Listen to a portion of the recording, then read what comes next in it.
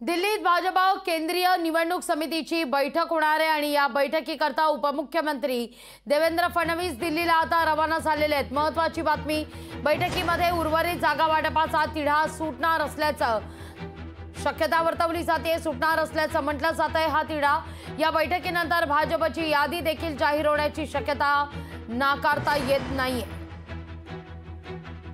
याच विषयी अधिक माहिती घेण्याकरता थेट जाऊया आपले प्रतिनिधी स्वप्नील जाधव यांच्याकडे। स्वप्नील, भाजप केंद्रीय निवडणूक समितीच्या बैठकीकरता फडणवीस आता मुंबईतून रवाना झाले असल्याचं देखील कळतंय, पण दिल्लीत आज सगळ्यांचंच लक्ष, आज तरी महायुतीतल्या जागावाटपाचा तिढा दिल्ली दरबारी सुटणार आहे का? लागवी नक्कीच आपण आता जर महत्त्वाची माहिती हाती लागलेली आहे म्हणजे उपमुख्यमंत्री देवेंद्र फडणवीस हे दिल्लीसाठी रवाना झालेले आहेत।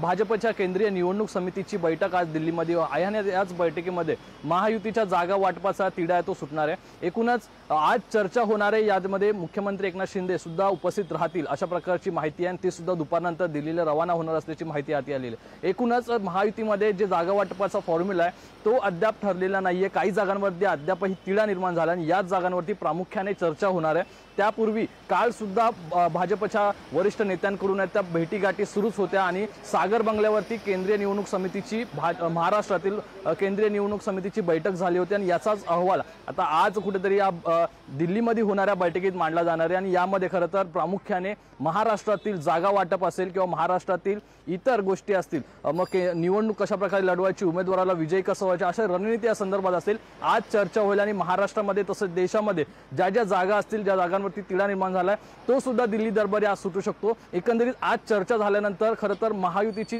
जागा वाटपाची चर्चा होणार आहे आणि या निमित्ताने मनसेला महायुतीमध्ये घ्यायचं की नाही या संदर्भात सुद्धा चर्चा होईल आणि मनसेला 1 किंवा 2 जागा द्यायच्यात या संदर्भात चर्चा होऊन त्यावरती सुद्धा शिक्कामोर्तब होणार आहे। त्यामुळे नक्कीच महायुतीच्या या बैठकीनंतर खरं तर महायुतीचा जागा वाटपाचा फॉर्म्युला असेल। खरं तर भाजपकडून 20 जागांवरती उमेदवारी जाहीर करण्यात आली, मात्र उर्वरित जे जागा आहेत 28 या जागांसंदर्भात माहिती आहे ती समोर आहे। लोकशाही मराठी ऐका, पहा, जागरूक रहा।